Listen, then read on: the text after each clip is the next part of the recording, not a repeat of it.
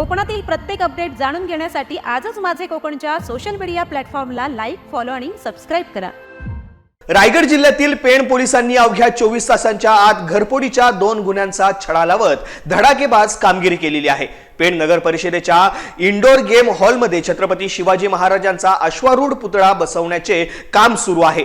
या कामासाठी लागणारे 1,21,900 रुपये किमतीचे ब्रास धातू अज्ञात चोरट्यांनी खिडकीतून प्रवेश करून चोरलेले होते. शिल्पकार गणेश मयेकर यांच्या तक्रारीनंतर पोलिसांनी तपासाची चक्रे वेगाने फिरवली. घटनास्थळी सीसीटीव्ही फुटेज नसतानाही तांत्रिक तपास आणि गुप्त बातमींच्या मदतीने तरुण चव्हाण आणि राम गौडी या 2 सराईत गुन्हेगारांना पोलिसांनी ताब्यात घेतले आहे.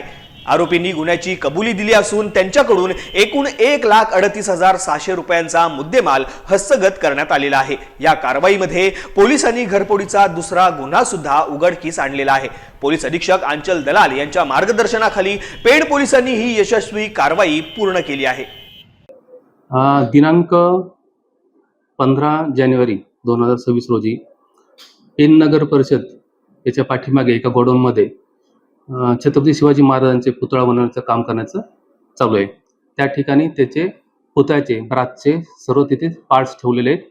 त्यामध्ये ते पार्ट्स पितळाचे ब्रासच्या असे आहेत. त्या गोडाऊनमधून 15 तारखेला रात्रीच्या वेळेस कोणी अज्ञात आरोपींनी ते पार्ट्स चोरून नेलेत.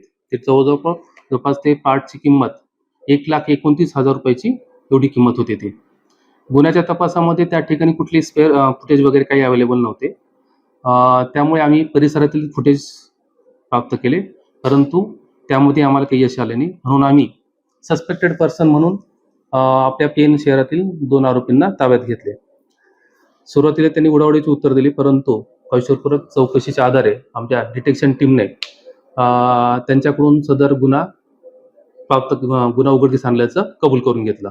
त्यांनी गुन्ह्याच्या चौकशीमध्ये सदरचा गुन्हा केल्याचं कबूल केलं. गुन्ह्याच्या तपासामध्ये त्यांनी जे पार्ट्स शिवाजी महाराजांचे जे पुतळ्याचे जे पार्ट्स चोरले होते, त्यांनी ते एका रोडे काश्मीरी ह्या गावाकडे एका गटारामध्ये त्याने गटाचे ते साईडला ठेवून दिलेले होते, झाकून ठेवलेले होते. ते आम्ही प्राप्त करण्यात त्यांनी हस्तगत करण्यामध्ये आम्हाला यश आलेले आणि ते सर्व पार्ट्स आम्ही पोलीस स्टेशनला रिकव्हर करण्यात आलेले. त्या संदर्भात तपास चालू असताना दुसऱ्या दिवशी 16 तारखेला आणखी एक रेल्वे स्टेशनजवळ एक गुन्हा घडला. एका इस्माला 2-3 इस्मांनी धरून त्याला मारहाण करून त्याच्याकडून त्याचे 2,200 रुपये व त्याचा मोबाईल फोन असा जवळपास 17,000 रुपयाचा माल चोरून नेला होता. त्या ठिकाणी सुद्धा आम्हाला फुटेज वगैरे काही अवेलेबल नव्हते, परंतु गुप्त बातमीदाराकडून जी माहिती मिळाली होती त्याची शहानिशा करून अटक केलेल्या आरोपींकडे अधिक चांगल्या पद्धतीने कौशलपूर्वक चौकशी आमच्या डिटेक्शन टीमने केलेली आहे आणि त्याच्यामध्ये देखील आम्हाला यश आलं आणि त्यांच्याकडून त्याच आरोपींकडून आम्ही जसं त्या फिर्यादीचा मोबाईल आणि 2,200 रुपये हस्त केलेले. म्हणजे आम्ही गुन्हा दाखल केल्यानंतर 24 तासाच्या आत दोन्ही गुन्ह्यांची उकल केली आणि दोन्ही गुन्ह्यातील गेलेला माल आम्ही जप्त करण्यात आलेला आहे.